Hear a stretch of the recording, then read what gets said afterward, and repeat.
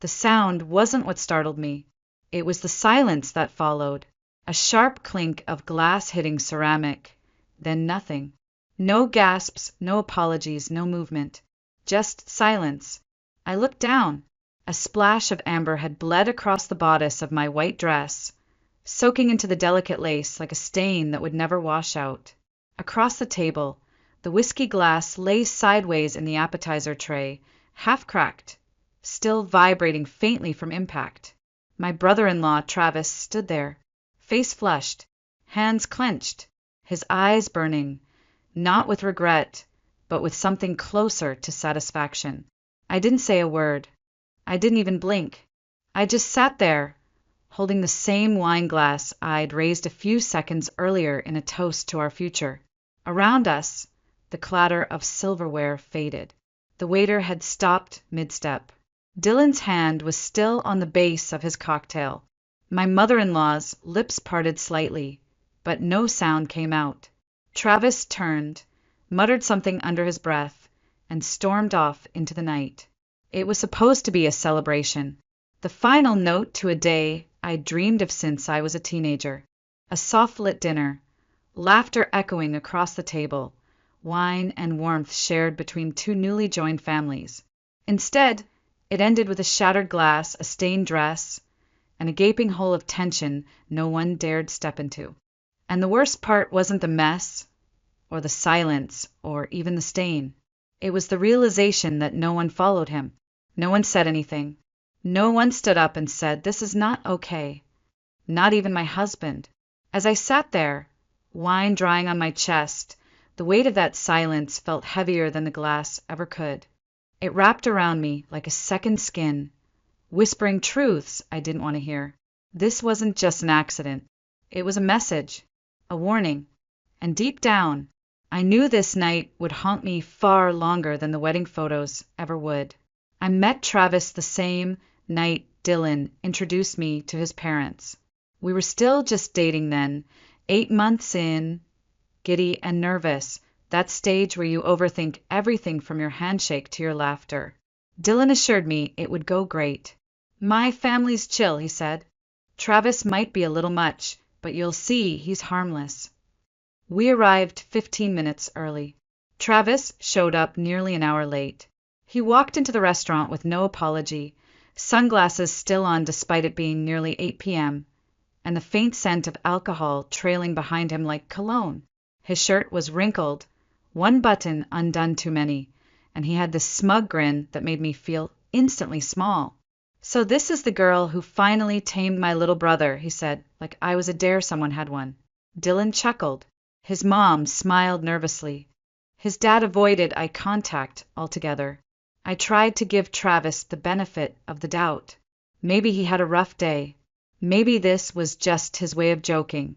But the way he talked over people, the way he casually dropped stories about getting fired, again because his boss was a control freak, the way he bragged about quitting his last job without notice because he didn't vibe with the culture. It wasn't charming. It wasn't quirky. It was unsettling. After he left, I turned to Dylan. "Is he always like that?" I asked cautiously. "He's just going through a phase," Dylan said, brushing it off. "He's been trying to figure himself out since the pandemic. You know how it is." I didn't, but I nodded anyway. Later that night, in the car, I asked if Travis would be involved in the wedding. Should we ever get to that point? Dylan hesitated. Then he laughed. "Of course. He's family." That word, family. I'm not sure I understood its weight back then, or the quiet warning it carried. Because when people say he's family, what they often mean is, "We've forgiven him too many times to stop now." And what they never say out loud is, "You'll be expected to do the same." 3 weeks before the wedding, I found out Travis had once ruined someone else's. It wasn't in a dramatic retelling, no confessions, no family lore. I overheard it accidentally during a coffee run with Dylan's cousin Anna. We were picking out flower samples when she joked, "At least this time Travis won't be blackout drunk and swearing at the priest." I stopped. "What?" She blinked. "Wait, no one told you? At Alicia's wedding?" He got so wasted during the rehearsal dinner, he picked a fight with the groom's dad and tried to sing karaoke in the middle of the vows. They had to crop him out of every photo. Honestly, I thought he wouldn't even be invited to yours. My stomach dropped. That night, I brought it up with Dylan. Calmly, carefully. I think we need to talk about Travis, I said. I'm not comfortable with him being around for all the events, especially the booze cruise. I know he's your brother, but this isn't just a hangout. It's our wedding. Dylan looked torn, but before he could speak, his mom cut in. We were at dinner with his parents, going over table placements. She didn't even let me finish. Sweetheart, Travis has had a hard year, she said. Losing his job, then his apartment. He's been trying.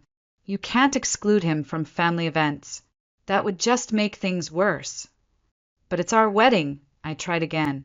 Shouldn't we be allowed to feel safe? To protect that space? Her eyes narrowed. You're marrying into this family. That means learning to embrace all of us, not just the convenient parts. I bit my tongue. Dylan didn't say a word. That night, I cried in the shower, not because of Travis, but because I realized something deeper, something heavier. No matter how much I loved Dylan, no matter how much we laughed or connected or dreamed together, I was marrying into more than just one man. I was marrying into his silences, his loyalty, his history, and worse, I was marrying into their excuses. The night before the wedding felt like magic. The kind that makes you forget the cracks, the tension, the quiet doubts curled up at the edge of your mind. Just for a few hours, everything shimmered. We were in Sonoma, surrounded by golden vineyards and autumn air crisp enough to make you reach for a jacket, but not enough to chill your bones. Dylan, his mom Linda, a longtime family friend named Sharon, and I decided to do a small bar crawl. It wasn't planned. That's what made it perfect. We laughed until our cheeks hurt. Linda danced with a stranger at the second bar. Dylan did an impromptu toast to future in-laws that feel more like old friends. And even I started to believe him. For the first time in months, I felt something loosen in my chest, something warm, easy, safe. Notably absent, of course, was Travis. He had declined the invite with a scoff. Tourist towns are scams, he'd muttered. Paying $15 for a shot? No thanks. No one pushed. No one argued. It was just expected. Like everything about Travis, his absence was somehow louder than his presence. But I didn't miss him. None of us did. When we stumbled back to the hotel, just past midnight, shoes in hand, arms looped around each other like we were kids at summer camp, I let myself imagine it.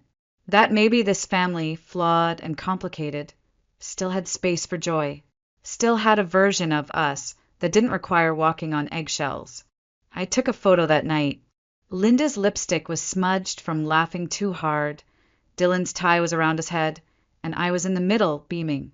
Later, I'd stare at that photo longer than I should have, trying to freeze that version of us in time, the one where everything felt almost right. Because the next night, Travis would join us, and things would never feel that light again.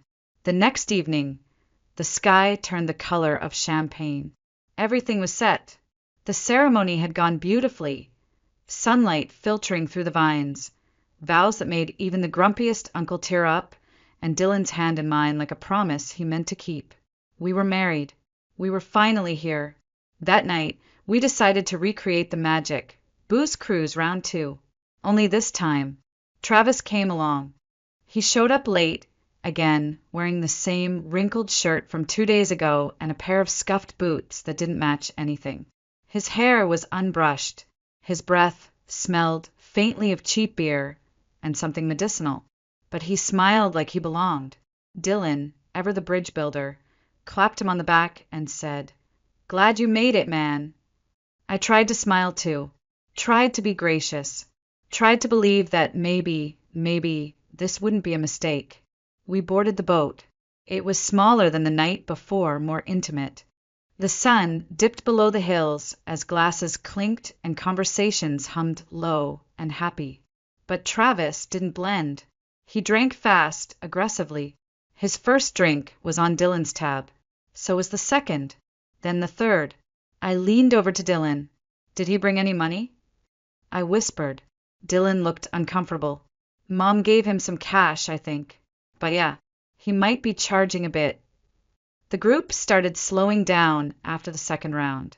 Sharon opted for soda water. Linda switched to white wine. Dylan and I ordered sparkling cider, laughing about wanting to remember our wedding night. But Travis grew restless, antsy, like someone had turned down the volume on his chaos, and he didn't know how to sit in the quiet. You guys seriously tapping out already? He scoffed. Come on, it's a celebration. We've been celebrating all day, I said as kindly as I could. Travis rolled his eyes. What? Now we're too mature to party. It wasn't what he said. It was how he said it, with bitterness, like our happiness was a personal insult. That's when I noticed something in his expression, not boredom, not even jealousy.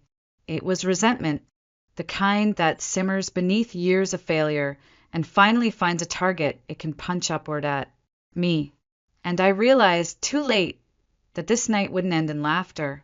The restaurant was beautiful. White tablecloths, soft lighting, the kind of place where every clink of a spoon feels intentional. We had a private corner, just the six of us. It should have been the calm after the storm, the final toast to a perfect day. I should have known better. We ordered waters to start. A server brought a small basket of warm bread, and we passed it around as if nothing had gone wrong on the boat. Dylan and I shared a look. We're almost there, it said. Just get through dinner. Travis was unusually quiet until the drink orders came around. I asked for a glass of Pinot Noir. Dylan got a cocktail. Sharon went for herbal tea. Linda declined alcohol altogether. Then Travis leaned back in his chair and said, loud enough for the next table to hear, I'll take a Jack and a beer. Separate glasses. There was a pause. Not long enough for protest, just long enough for discomfort. The drinks arrived. We chatted about the ceremony. Dylan complimented the florist. Linda made a joke about tripping in heels. For a moment, it felt almost normal. Then Dylan picked up a paper straw wrapper, rolled it tightly, and flicked it across the table, landing it right in Travis's lap. Travis narrowed his eyes. Dylan laughed. Just returning the favor from last Christmas. Travis smirked, reached for his own straw, and flicked one back. Harmless. Then Dylan, grinning, flicked another. It hit Travis square in the chest. Soft. Silly. The kind of stupid thing brothers do. But Travis didn't laugh. He stood up slowly, lifted the glass of Jack, and said through clenched teeth, If I can't get you back, then don't fucking shoot me with a straw wrapper. And then he threw it. Hard. The glass spun across the table, crashed into the appetizer tray, and sent sauce, crumbs, and bourbon flying. A spray of amber hit my dress, dark and sudden, right across the lace. My heart stopped. No one moved. The restaurant went still. Travis stormed out, shoving past the waiter on his way. And there I was in a $1,000 gown, wearing whiskey and marinara sauce on my chest, wondering what hurt more, the sting of the liquid, or the way no one chased after him. Not Dylan, not Linda, not anyone. No one said that was wrong. They just sat there, like it had happened before, like they were waiting for someone else to clean up the mess. The next morning, I woke to the smell of burnt coffee and the tight ache of silence. Dylan had already left the room. The empty side of the bed was still warm, like he'd gotten up not long before. I sat up slowly, the events of the night before clinging to me like smoke. I hadn't cried. Not yet. The tears were there, suspended just behind my eyes, waiting for a crack. I checked my phone. A message from Dylan, downstairs with Mom. She wants to talk. Part of me didn't want to go, but some small, exhausted part of me still believed there might be a reckoning, an apology, an acknowledgement that what happened wasn't okay. I found them at a small cafe 2 blocks from the hotel. Linda looked tired, older than she had the night before. Dylan had both hands around a mug of tea. eyes fixed on the tabletop like it held answers he wasn't ready to face. I sat down. No one spoke for a moment. Then Linda said, "I'm sorry, Camille. I truly am. You didn't deserve that." I nodded, but stayed quiet. I wanted her to keep going. And she did. She told us the rest of the story. What had happened after Travis stormed out of the restaurant. Apparently, he hadn't gone back to the hotel. He'd taken the cash she'd given him for souvenirs and small drinks, and gone drinking alone at a dive bar on the edge of town. He got so drunk that the bartender called Linda's cell around 3 a.m. and told her, "Either you come get him, or we're calling the cops." So she got out of bed, woke Dylan's father, who has chronic back issues and needs a brace to walk. Together, they drove into the dark to pick up a 32-year-old man who couldn't stand straight. But he didn't get in the car. No. As they pulled up, Travis bolted on foot through a back alley. He fell, rolled his ankle, lost his shoes, dropped his phone. Eventually, they found him curled behind a dumpster, crying and incoherent. They got him into the car and brought him back to the hotel just before dawn. I stared at Linda. She didn't cry. She didn't look angry. She just looked used to it. "I'm sorry again," she said softly. "He's not a bad person. He just struggles." I didn't say anything for a long time. I just stirred the cream into my coffee, watching it swirl and disappear. And in that moment, something shifted. It wasn't shock, or even outrage. It was resignation. This wasn't an incident. This was a pattern. And worse, it was a pattern they had all learned to live with. We flew to Maui the day after. It was supposed to be paradise. Golden beaches, candlelit dinners, the kind of honeymoon you see in bridal magazines. But the truth is, I don't remember much of it. I remember the hotel was beautiful. I remember the waves made a soft, steady sound like a breath, trying to soothe me. I remember Dylan holding my hand on the balcony the first night and saying, "I'm sorry for what happened. I really am." But I also remember how hollow those words felt. Not because he didn't mean them, but because they weren't his to offer. He hadn't thrown the glass. He hadn't shouted. He hadn't vanished into the night. But he also hadn't stopped it. Hadn't said a word when Travis walked out. Hadn't stood up when everyone else sat frozen. I didn't need him to say sorry. I needed him to say, "That was wrong, and I won't pretend it wasn't." Instead, we fell into quiet routines. Sightseeing, room service, beach walks where we talked about everything except the one thing we couldn't outrun. At night, I couldn't sleep. The sound of that glass hitting the table echoed in my ears like a metronome. The weight of the whiskey on my dress still clung to my skin, even after I'd changed. I hadn't sent the dress to the cleaners. It hung in the back of the hotel closet, zipped inside a garment bag untouched. Not because I'd forgotten, but because I couldn't bring myself to unzip it. Every time I looked at it, I saw more than a stain. I saw a moment where no one stood up for me. I saw the invisible line I wasn't allowed to cross. Don't make a scene. Don't push back. Don't expect fairness if it costs someone else their comfort. And I saw a truth I hadn't wanted to admit. I hadn't just married Dylan. I'd married into his silence, into a system that protects the loudest voice in the room, even when that voice throws things, even when that voice leaves bruises you can't photograph. A week after we returned, I wrote Linda an email. It wasn't angry. It wasn't emotional. It was calm, too calm maybe. I thanked her for the wedding gift. I said I appreciated how she tried to keep things together that night.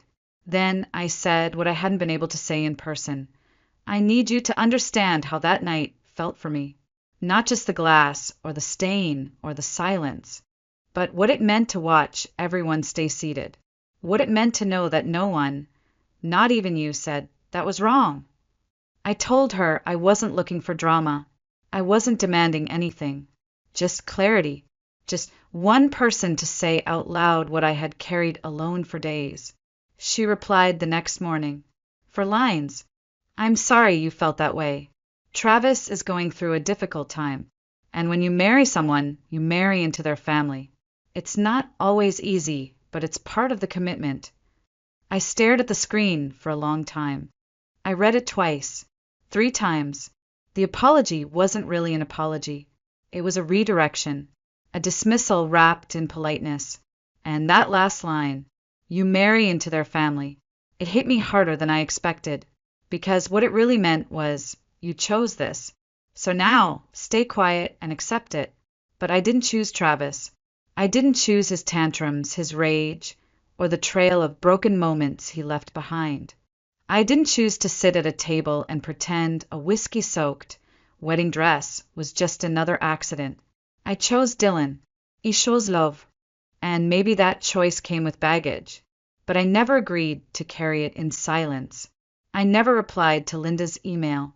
Not because I was angry, but because I was done. Done justifying. Done absorbing.